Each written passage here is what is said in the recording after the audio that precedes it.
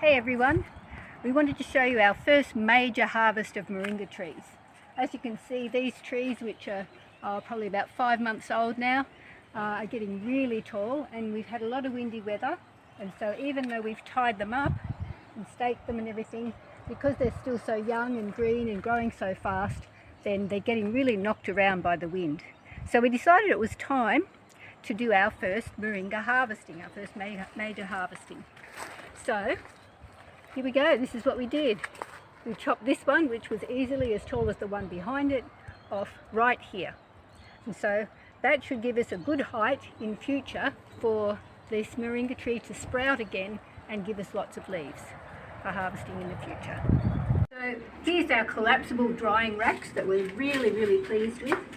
And it was very easy to put the moringa sprigs of leaves into these. You just unzip them, and then I laid the leaves flat all through there, the sprigs of leaves. Okay, so these ones, I've pulled these out this morning and they're waiting in the kitchen for later. So these ones now, I'll show you how nice and dry they are. So basically moringa leaves are dry when they're a bit crackly and they fall easily off the sprigs. Okay, so we're going to get some out and show you. You have to be a little bit careful because they drop easily off the sprigs, and so you want to make sure that you've got your bowl underneath so that any leaves that get knocked off fall into your bowl. So you just... And that's an 8-tier drying rack. Yeah, it's fabulous. It's just wonderful.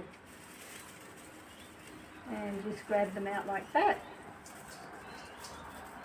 And you can see they're really easily actually falling off now. Okay, so let's go inside and have a look at the next steps of collecting these and processing them into lovely superfood moringa powder. So here we are.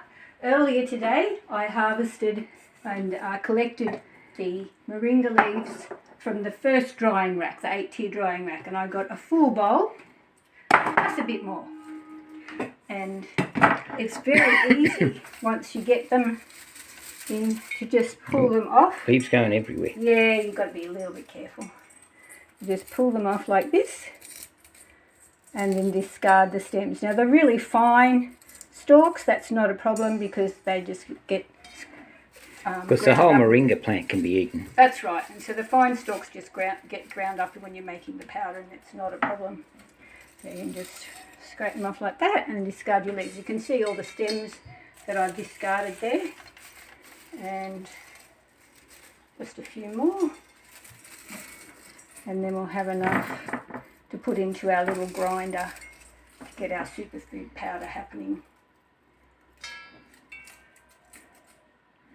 And this is commercially sold as a protein powder, plant-based protein powder.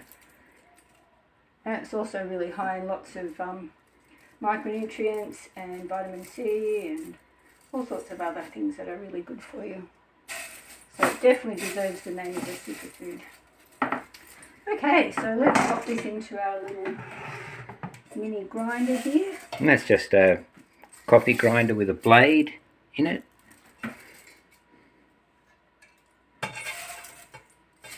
So I'm going to fill that up. Could probably do it in a blender too. There's a stalk. Yeah, I think people use their bullet blenders and their Vitamixes and all sorts of different things to do this. Okay, pop our lid on. And this is a bit noisy.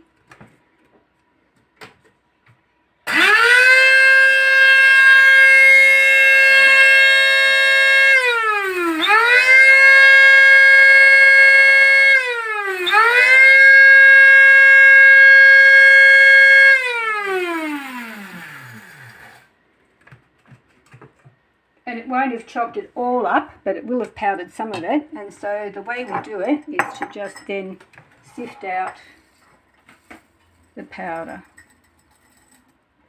Oh, doesn't look like I've done it long enough yet. Oops. Maybe it's a bit green. Oh no, it's dry enough.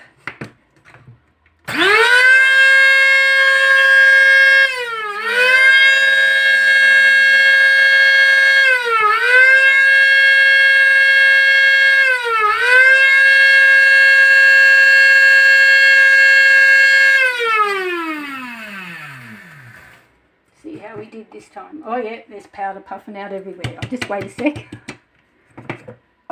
Yeah, there we go. Smells very green. It does, doesn't it? So Probably a little bit light too, and flies around rather than actually getting powdered. To get grinded, yeah, get powdered up, yeah. Anyway, so what we can do is sift some out and then put the leaves back in again to give them another go. So you can see we've actually got some there. Yeah. Okay. And I'll do that again a few more times. This is some that we did the other day. And so the bigger ones that finally didn't get ground up, I put into my tea jar, and that's the size. They make great tea. Okay. So you could put a tablespoon of that into your yogurt, make super yogurt. Yeah, of this powder. Yeah, it tastes quite good, doesn't it?